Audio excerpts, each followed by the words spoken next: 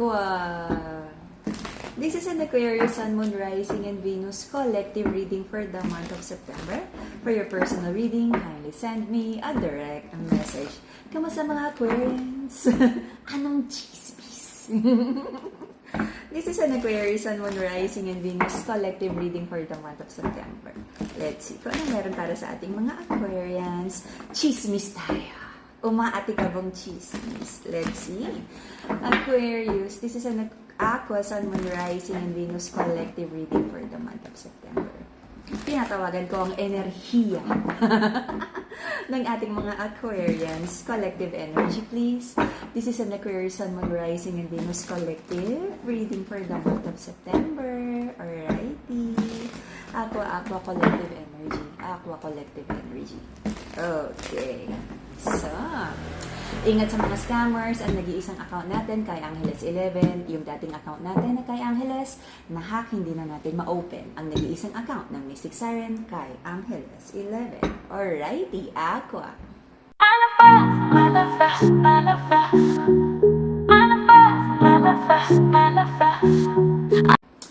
Trying to move forward kahit mahirap, kahit masakit. Laban lang, sagwan lang, Aqua. Ooh, I love it. Okay.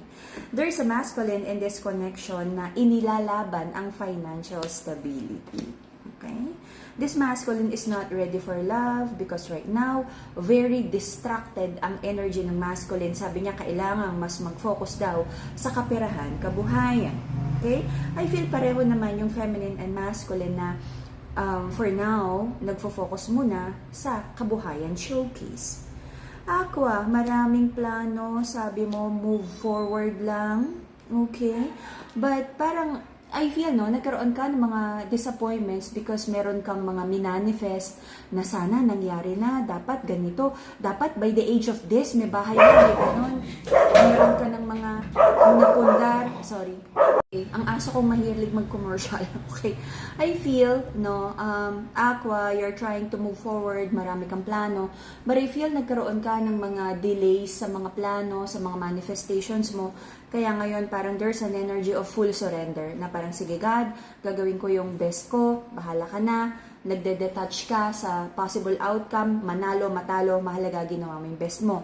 But there's a very confident energy here na you feel, eto ramdam mo, may panalo dito. Okay? Hindi pa tapos, okay.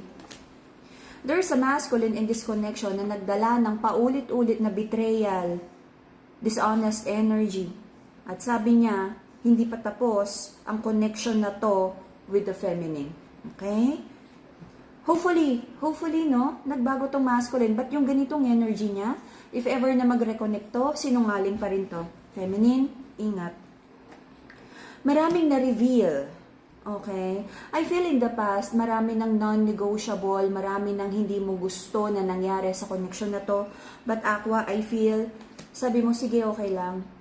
Unawain, baka naman maging okay pa, naging hopeful ka, but kahit dala-dala mo ang 10 bayong na hope, okay, I feel natalo ka sa pusta ng buhay na to. Nagdala ng overthinking because wala namang na-build sa connection na to, pero sabi mo, fine, you're trying to heal, you're trying to understand, you're trying to learn, sabi mo wala dapat nasasayang, dapat laging natututo. Okay? For some of you, nakastuck pa rin sa relationship na yan because nandun ka pa rin sa chapter na you're still learning and trying to understand your person. For some of you, umexit na at natuto na. Okay? There's an energy of hard work here. Someone is like, alam mo Aqua, may energy dito na parang the pick me girl energy na parang hard work. Ipapakita ko sa'yo na mamahalin kita, na uunawain kita masculine, na para ibigay mo yung pangako mo, para ibigay mo yung commitment mo sa akin. Kahit nasasaktan ako, sabi ng feminine, I'll show you, I'll prove to you na ako yung long-term partner na gusto mo. Okay? Some of the feminine here, sa connection na to, hindi pa totally nakaka-heal towards self-love. Na parang mas mahal mo yung person mo na kahit nagkakaroon ka ng self-sacrifice na sobra kang nasasaktan, mas gusto mo pa rin ipanalo yung love niya, gusto mo pa rin i-prove na ikaw pa rin ang piliin kahit hindi naman ito yung love na gusto mo for you, feminine. Bakit? May chismis dito about reconnection, reconciliation, and someone parang nagbigay na naman ng mga plataforma, ng mga pagbabago. Okay? But I feel the feminine in this connection is parang nag-o-observe kung talagang i-deliver ni masculine ang kanyang mga pangako. Okay? Sabi ni feminine, kung dala mo lang gulo, sakit ng ulo, parang gusto na niyang mag-decide kung hindi pa rin maging okay itong another chance na binigay niya sa masculine. Okay? For to heal your heart chakra, to balance your emotion, the pink crystal, rose quartz, okay? If you're manifesting abundance, the yellow and happy crystal, citrine. Meron din tayong combination ng love and money. Alrighty. The reason for the reading is naging toxic kayo sa isa't isa, paulit-ulit yung mga hindi magandang gawa, paulit-ulit na hindi maganda ang sitwasyon, walang pagbabago, walang realization. Paulit-ulit kayong nagkasakitan.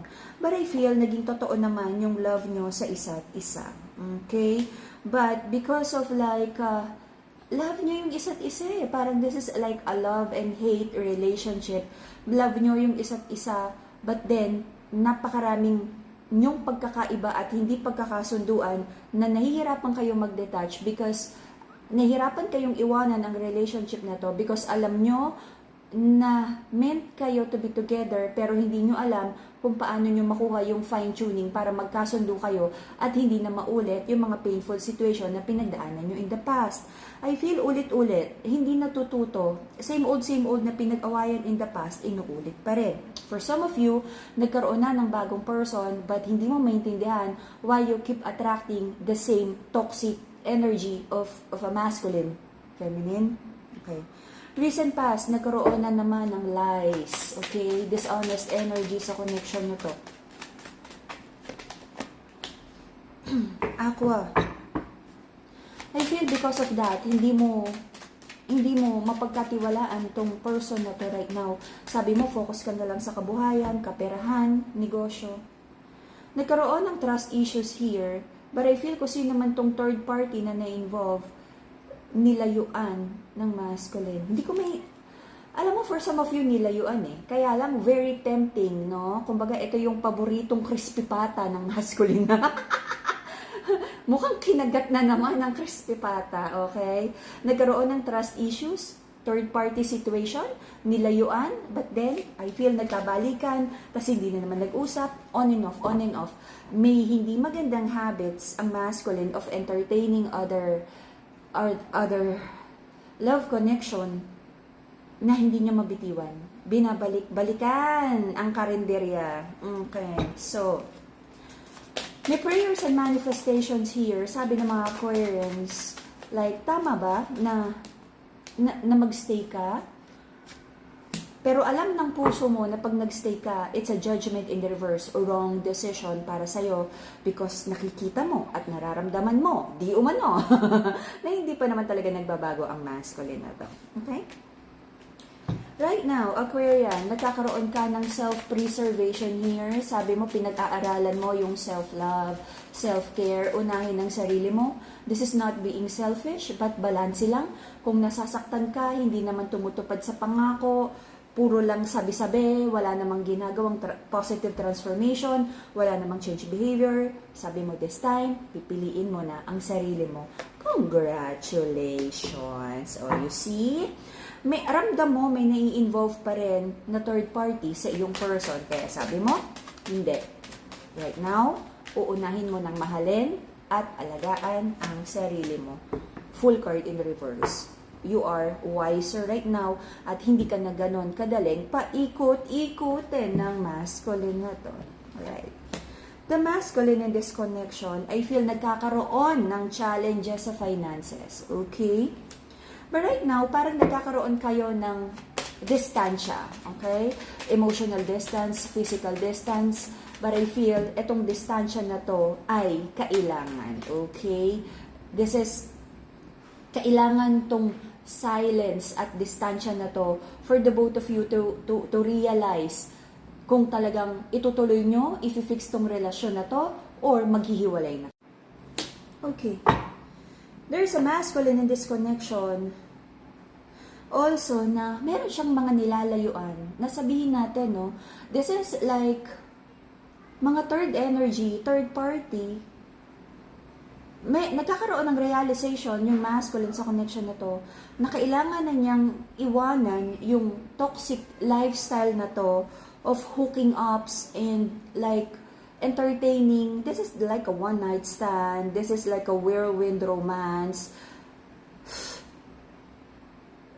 Like dating apps, nakilala, nakasama, binayaran, one night affair. Sabi niya parang yung ganyang klaseng vision niya of whirlwind romance and multiple passionate, I'm not saying love, this is all about passion, this is all about the flesh. Sabi niya parang marami din siyang pera na dapat ipon at meron ding mga passionate connection here na penerahan siya. So nagkakaroon na ng realization ng masculine na parang tong vision niya na to ay naging liability. But masculine, naging masaya ka naman, di ba? Okay, ginusto mo yan. So, nagkakaroon na rin ng chismis si masculine. Ganito yung lifestyle. Akala ko ba mabait yan? Akala ko ba ano yan? Ganon yan. Akala ko yung itsura, hindi makabasag pinggan. Ay, okay. Ang daming chismis kay masculine. Okie-dokie. Right now, sabi ng masculine, parang naligaw siya ng landas, nalublob sa putikan, hindi makaahon. Kilay na lang ata ang kita. So, naghahanap ng baging ang masculine para makapitan at makaahon. Sabi ng masculine, nagmamanifest siya right now na maayos niya ang kanyang buhay. For some of you, itong masculine sa connection na to, parang tinatamaan ang finances ng karma. Okay? Kanya-kanya yan. Yung iba, iba-iba. Okay? This is usapang Saturn sa ating birth chart kung saan maaaring tamaan ng like the good and the bad. If you do good, may magandang karma. If you do bad, may maaaring tamaan. For some of you, it could be health, it could be trabaho, it could be, wag naman sana, but family. But this one, mukhang tinatamaan ang kabuhayan at nagkakaroon siya ng realization kung gaano din karaming tao ang pinaikot-ikot at niloko niya, pinaglaruan niya. This masculine right now is manifesting ang tamang daan. Amen to that. Okay, masculine, kailangan ba ng ganong klaseng hagupet ng universe para matuto?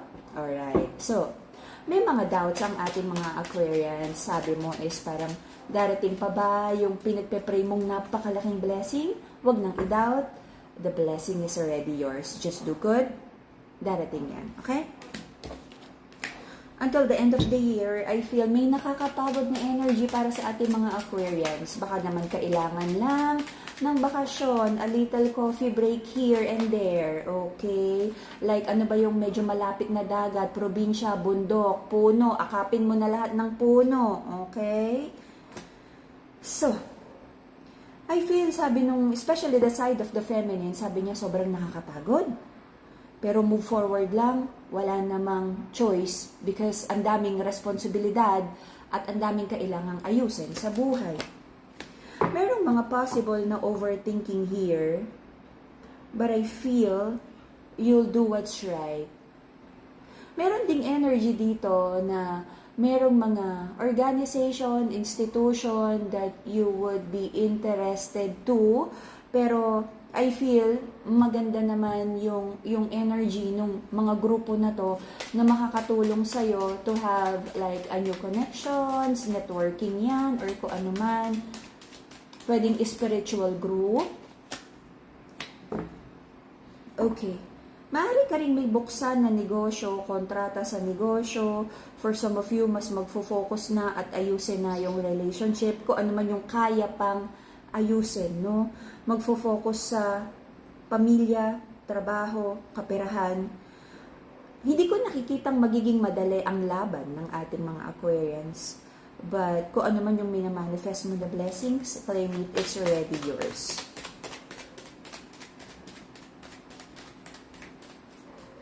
Pag may energy kasi ng family, I feel kasi medyo toxic yung masculine sa connection na to. But there's an energy of family here na parang may aayusin pagdating sa pamilya. Kung ano man yan, may mga overthinking, may mga maraming kailangang ayusin, and hopefully, maging maganda ang outcome. Marami ka pa rin question sa buhay, but I feel slowly, baby steps, you'll find your answers. Okay? Anymore. Aqua. Any last advice? Okay. Aqua, kung ano man yung maaaring maging delays dun sa full manifestation, hindi naman sinabing no. Okay? Kung ano yung dinadoubt mo, tanggalin mo ang mga doubts, the blessing is already yours, ilaban mo lang to. May isang family energy here na parang hindi matapos-tapos kung ano man tong overthinking or mabigat na energy. But I feel, didistansya ka if this masculine or this family energy ay hindi naman ready pa na maayos, hindi pa ready to do what's right, then I feel may tamang distansya, amigo. Alrighty? So, to ground your energy, to show away negative energy and anti-evil eye, we have the Madagascar Black Tourmaline and the Evil Eye, okay? The courage to do yung mga manifestation mo, and for good luck, the Carnelian Bracelet. Okidoki. So, I'm praying, okay, Aqua, I'm praying for you na kung ano man yung mga will ni God for you, blessings and, guidance, ay matanggap mo ng maayos ang mga guidance sa iyo ni God. Aqua, I'm praying na may all your worries, anxieties, and challenges be transmuted to love, wisdom, and financial abundance according to God's will. Amen. Alrighty? May mga challenges, maaaring matagalan, maaaring maramdaman mong nakakapagod, pero laban lang. May nakikita akong magandang blessing eh. Parang naka-mystery box. Okay? Meron. It's like end of the year or pagpasok ng bagong taon, may magandang sorpresa si universe, si God sa'yo. Kung ano man to, hindi ko masilap exactly, but this is something na sobrang magugustuhan mo. It could be an ending of anything painful sa buhay mo or isang magandang chapter na magbubukas na sobrang magiging thankful ka kay God because ang pagiging thankful ka rin sa sarili mo dahil hindi ka sumuko. Alrighty? And that would be the Aquarian reading for the month of September. See you again in a few days for your bonus reading. Bye-bye, Aquarians!